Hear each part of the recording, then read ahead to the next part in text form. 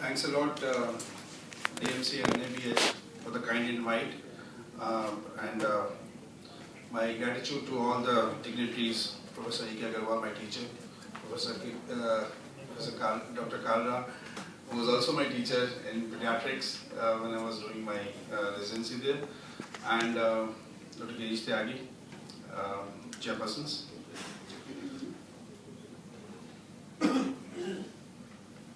Just a second for our teachers. As you remember, Professor Krishna Prakash from Maulana Azad Medical College and Professor Srinivas from Modern Institute of Medical Sciences, both of whom have shaped my career up till now. I also remember with gratitude Florence Nightingale, who has been much talked about, you know about it, more because she was a visionary on infection prevention and control. Even 150 years back, she could give what is relevant even today. Developing nations. I won't talk about developed nations unless I have some references there. But developing nations definitely have issues.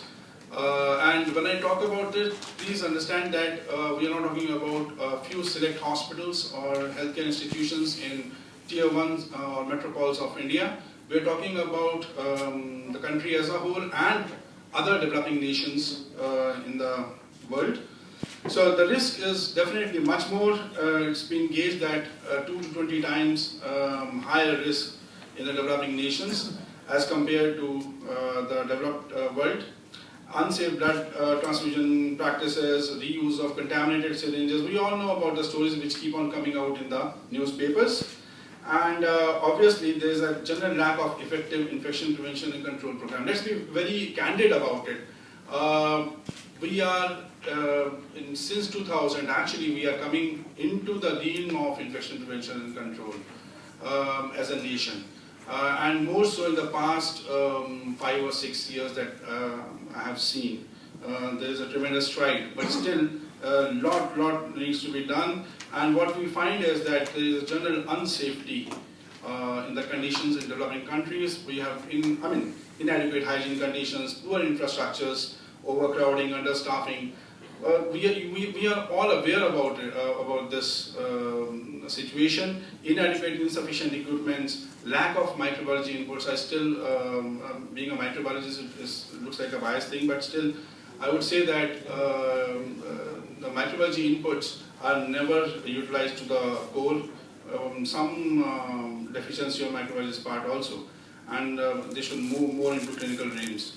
Lack of awareness and staff preparedness, inappropriate rampant misuse of antimicrobials, you know about it, poor disease population, we are the hubs for, you name it and you will have it. Diabetes, obviously, we are the capital in the world, so you know about that diabetes per se, and plus other comorbid conditions can become very nasty, especially if they go into a trail of organ failures or CKDs and liver failures and other things. So plus there is a lack of directed national policies and programs. Let's admit that, and that has actually added to the woes.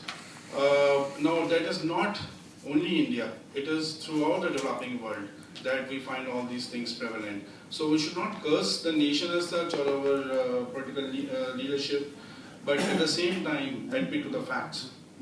There are various things which, if you go to the net and try to find out some authentic reports on published literature from India, you won't find many.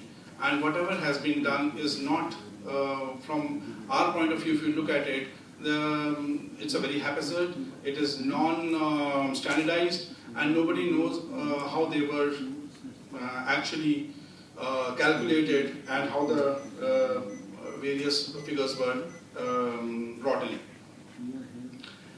Impact, you know about it. So more serious illness, prolonged ALOS, that is average length of stay, long-term disability can occur, excess deaths can occur, high additional financial burden, which we never calculate out. If you go back to our own systems, you will find that each and every patient is accompanied by a village, or at least his mohalla, or at least the whole parivar. So the financial burden which adds on to the economy is never calculated in those sense, but it is a tremendous cost. Challenges are definitely there. I've told you about that. We lack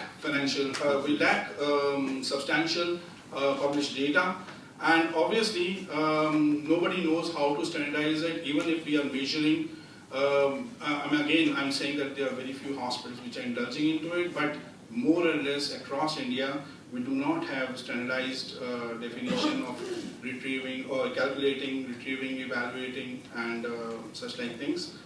Plus, if you were to look at actual costs which are there, it all depends upon the different tariffs prevailing, what are the inputs which have gone in.